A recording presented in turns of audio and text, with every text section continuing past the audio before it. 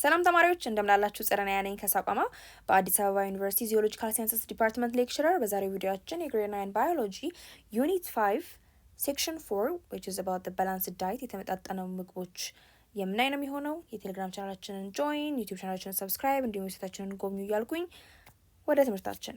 በዚህ ቪዲዮ እንግዲህ ዋነኛ ዓላማችን የሚሆነው is to explain the meaning of balanced diet የተመጣጠነ ምግብ ማለት ምን ማለት እንደሆነ እናብራራለን። and list the types of food which make a balanced diet የተመጣጠነ ምግብን የሚሰሩ የምግብ አይነቶች እንዘረዝራለን። ኢትዮጵያ has multicultural societies አይደለም። ኢትዮጵያ ሀገራችን የተለያዩ ባህላት ያሉባት የተለያዩ ባህላዊ ማህበረሰቦች ያሉባት ሀገር ናት። This diverse societies have different types of cultural foods አይደል። እነዚህ የተለያዩ ብዙ የሆኑ ማህበረሰብ የተለያየ አይነት ባህላዊ ምግቦች አሏቸው። All these foods are different in their preparation, flavor and ingredients. እነዚህ ሁሉ ምግቦች የተለያየ አይነት አዘገጃጀት፣ ጣዕም እና በውስጣቸው የሚይዟቸው ንጥረ ነገሮች አሉ። In addition, different people prefer different food types አይደል። የተለያዩ አይነት ሰዎች የተለያየ አይነት የምግብ አይነቶችን ሊመርጡ ይችላሉ። ለምሳሌ የተለያዩ የኢትዮጵያን ካልቸር ፉድስ ኢትዮጵያዊ የሆነ ባህላዊ ምግቦችን ብናይ በየአይነትን መውሰድ እንችላለን። ገንፎ፣ ክትፎ የመሳሰሉ በየአይነት ምግቦች አሉ።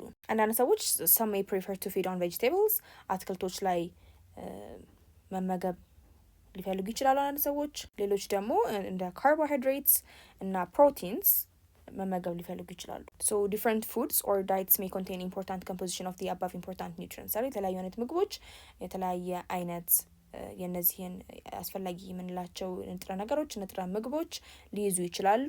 In contrast, some diet may result in health problem because it may contain high amount of fats or high amount of animal protein. በአንጻሩ ደግሞ አንዳንድ የምግብ አይነቶች ከባድ የሚባሉ የጤና ችግሮችን ሊያስከትሉ ይችላሉ ማለት ነው። ምክንያቱም በሚይዟቸው በውስጣቸው በሚይዙት high amount of fat ጤናማ ያልሆነ ቅባት ምክንያት እና ጤናማ ያልሆኑ ደግሞ ከመጠን ያለፈ ፕሮቲኖች አማካኝነት ለጤና ችግር ሊሆኑ ይችላሉ። አንዳንድ ምግቦች ደግሞ they may contain all the nutrients of the correct amount and proportion and it's termed as a balanced diet ማለት ነው። በአስፈላጊው መጠን ልክ እነዚህ አስፈላጊ የሆኑ ኒውትሪንቶችን ሁሉ ሊይዙ ይችላሉ አንዳንድ ምግቦች።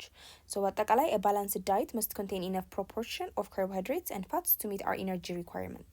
ስለዚህ አንድ ምግብ የተመጣጠነ ምግብ ነው ለማለት በቂ የሆነ በተመጣጠነ መልኩ የካርቦሃይድሬት ፋትስ እና የሌሎች ኒውትሪንቶችን ሊይዝ ይገባዋል ማለት ነው አስፈላጊውን የኃይል መጠን ለማግኘት።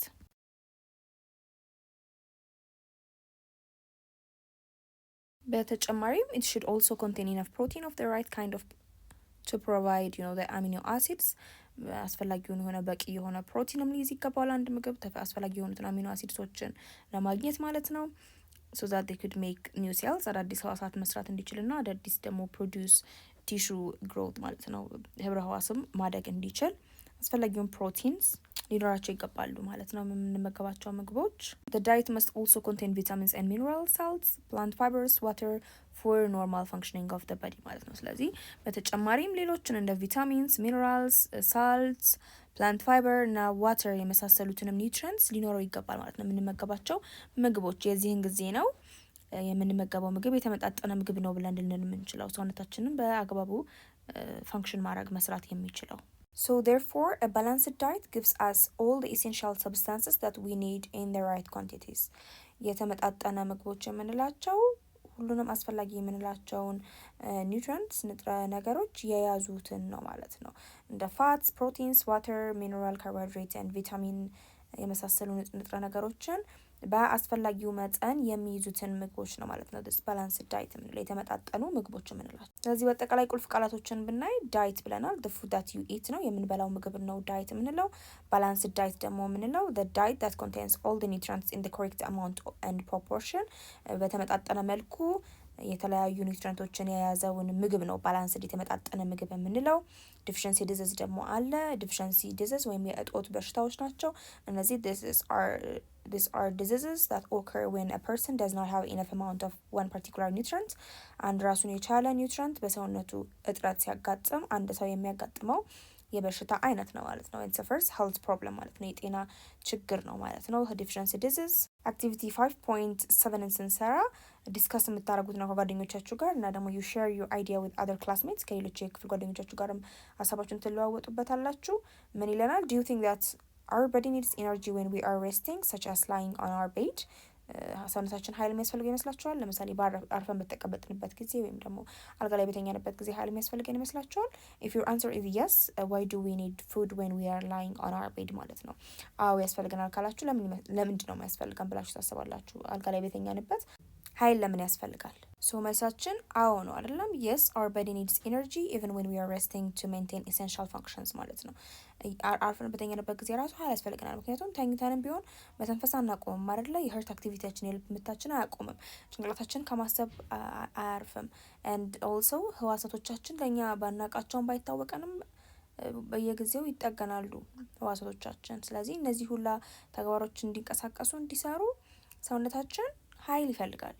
So food provides the energy required for this process, ensuring that our body continues to function properly ማለት ነው። ምግብ ያስፈልገናል ማለት ነው። እነዚህን ኃይሎች ለማግኘት ያስፈልገናል ማለት ነው።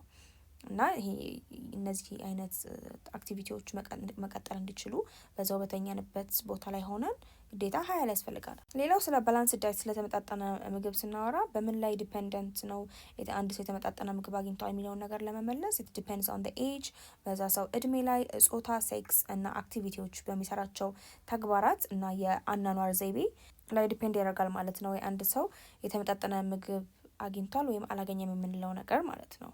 So for example, the feeding habit of people depends on where they live አይደለም? የአንዳንድ ሰዎች የአመጋገብ ልማዳቸው በምን ላይ የተመሰረተ ነው? በሚኖሩበት ቦታ፣ their social issue ባሉበት የማህበረሰብ ጉዳዮች ውስጥ፣ በእድሜያቸው their age, their sex በጾታ ልዩነት፣ እንዲሁም ደግሞ ባላቸው personal activities and psychological conditions የስነ ልቦና ሁኔታና እንዲሁም ደግሞ የሚያደርጉት እንቅስቃሴ ላይ ይወሰናል አይደለም? የሰዎች የተለያዩ ሰዎች የአመጋገብ ባህላቸው for example a pregnant woman ወይም ደግሞ እርጉዝ ሴትን ብንወስድ should eat more food for the development and growth of her baby አይደለም? ለጽንሱ እድገት አስፈላጊ የሆኑ ብዙ ምግቦች መመገብ አሉባት። she should get more minerals like calcium for the development of bone and teeth of her baby ማለት ነው። ለምሳሌ እንደ ካልሲየም ያሉ ሚነራሎችን የያዙ ምግቦችን መመገብ አለባት ለህፃኑ አጥንት እንዲሁም ደግሞ የጥርስ እድገት ማለት ነው። በእድሜ ልዩነት ደግሞ the children ህጻናትን ብናይ have a greater energy requirement than adults because they are still in the process of growth። ህጻናትን ብናይ ከትላልቅ ሰዎች ወይም ከጎልማሶች ይልቅ ብዙ ኃይል የሚጠይቁ ምግቦችን መመገብ አለባቸው። ምክንያቱም የማደግ ሂደት ውስጥ ስለሆነ ያሉት ማለት ነው። በተጨማሪም this young children also need more proteins አይደለ? more protein የያዙ ፕሮቲን ኒውትሪንትን የያዙ ምግቦችን ሊመገቡ ይገባል than adults because they are constantly developing and making new cells። በቀጣይነት ባለው መልኩ የአዳዲስ ህዋሳት የሚገነቡበት ሰዓት ስለሆነ በህጻንነታቸው ያንን ለማሳካት young children should get more protein። በሌላ መልኩ ደግሞ elderly people generally have lower energy and protein needs ማለት ነው። ትላልቅ ሰዎች ደግሞ በአጠቃላይ አነስ ያለ ኃይልና ፕሮቲን ያስፈልጋቸዋል። ነገር ግን however they need to eat balanced diet in order to stay healthy ማለት ነው። ነገር ግን ጤናማ ለመሆንም ቢሆን ጎልማሳ ሰዎች የተመጣጠኑ ምግቦች በመጠኑ የተለያዩ አይነት ኒውትሪየንትስ ያሏቸው ምግቦች ሊመገቡ ይገባሉ በጤንነት ለመቆየት። naturally በተፈጥሮ this females have relatively high fat content in their bodies than male። ሴቶች ከወንዶች በበለጠ መልኩ የስብ በሰውነታቸው ውስጥ አለ። so fat in the female is stored in the fat tissue። በስብ ህዋሳት ህብረ ህዋሳት ውስጥ ነው የሚቀመጠው ብዙ ጊዜ ፋት so such under the skin ማለት ነው። ከቆዳ ስር የሚገኝ ፋት ቲሹ አለ የስብ ህብረ ህዋሳት እዛ ውስጥ ነው የሚቀመጠው። so this fatty tissue have lower metabolic rate than muscular tissue so women generally have a lower energy requirement than men ማለት ነው። ስለዚህ እነዚህ ፋቲ ቲሹዎች የስብ ህብረ ህዋሳት መኖር በሴቶች ላይ አነስተኛ የሆነ የመቃጠል ወይም ደግሞ ሜታቦሊክ ሬት ስለሆነ ያለው አብዛኛው ጊዜ ሴቶች አነስተኛ የሆነ ኃይል ይጠይቃሉ ማለት ነው ከወንዶች ባነሰ መልኩ። therefore men should eat relatively more energy foods than women should ማለት ነው። ስለዚህ አብዛኛው ጊዜ ወንዶች ብዙ ኃይል የሚሰጡ ምግቦችን መመገብ አለባቸው ከሴቶች አንጻር። some jobs that involve physical activity require more energy than less active jobs። ብዙውን ጊዜ ደግሞ የአካል እንቅስቃሴ የሚጠይቁ ስራዎች የሚሰሩ ሰዎችም ደግሞ more ኃይልን ኢነርጂን የሚሰጡ ምግቦችን ሊመገቡ ይገባል ማለት ነው። አነስተኛ የሆነ አክቲቭ ጆብስ ካላቸው ወይም ደግሞ ብዙ እንቅስቃሴ የማይጠይቅ ስራ ካላቸው ሰዎች በበለጠ for example people who are usually work physical exercise በተለያዩ የአይነት የአካል ብቃት እንቅስቃሴ ውስጥ የሚሰሩ ሰዎችን ብናይ such as athletes ሯጮችን ብናይ they require high energy and high protein diets አይደለ ኃይለኛ ኃይል መስጠት የሚችሉ ምግቦችን እና ፕሮቲን ኒውትሪየንት ያላቸው ምግቦች ሊመገቡ ይገባል እነዚህ የተለያዩ የአካል ብቃት እንቅስቃሴ ሰሪዎች ማለት ነው። ተጨማሪ ፕሮቲን ኤክስትራ ፕሮቲን ደግሞ የሚያስፈልጋቸው ለምንድነው is required for the muscle development ለጡንቻ መዳበር ስለሚያስፈልግ ማለት ነው this protein so እዚህ ከዚህ ተብሎ እንደምታዩት የተለያዩ አይነት ሰዎች ባላቸው የእድሜ ገደብ የተለያየ አይነት ኪሎ ካሎሪስ ነው የሚያስፈልጓቸው እዚህ ጋር ወንድና ሴት ለይቶ አስቀምጦልናል እስከ 8 አመት ያለ የደረሰ ልጅ ወንዱ 2031 ኪሎ ካሎሪ ሴቷ ደግሞ 2031 ኪሎ ካሎሪ ሊያስፈልጋት ይችላል በአንድ ቀን ውስጥ ማለት ነው ቲኔጀርስ እስከ 14 እድሜ ድረስ ያሉ ወንድና ሴቶች በአማካኝ እስከ 2987 በወንድ እስከ 2818 ኪሎ ካሎሪስ በቀን ሊያስፈልጋቸው ይችላል አደልት ኦፊስ ወርከርስ በቢሮ ውስጥ የሚሰሩ ሰራተኞችን ደግሞ ብናይ እንደዚሁ 2629 ለወንዶች 2342 ለሴቶች ኪሎ ካሎሪ ሊያስፈልግ ይችላል አደልት ማኑዋል ወርክስ እዚህ ጋር እንደምታዩት ደግሞ የቀን ሰራተኞች የጉልበት ስራ የሚሰሩ የቀን ሰራተኞች ደግሞ እስከ 3585 እንዲሁም ለሴቶች እስከ 2987 ኪሎ ካሎሪ ድረስ ሊያስፈልጋቸው ይችላል ፕሬግናንት ውመን እና ብሬስት ፊዲንግ ማዘርስ ኦፍ ኮርስ ፊሜልስ ናቸው እዚህ ውስጥ ያሉት እነሱ እስከ 2390 እና 2748 ኪሎ ካሎሪስ ፐር ዴይ በአንድ ቀን ውስጥ ሊያስፈልጋቸው ይችላል እንደምናየው ከዚህ ቴብል ሶ ከዚህ ጋር የያዘው አክቲቪቲ 5.8 አለ ይሄን ስንሰራ make a group of 4 to 5 students ይላል ከ4 እስከ 5 ሆኑና ምን ታረጋላችሁ you compare the daily energy requirements of the people shown in the table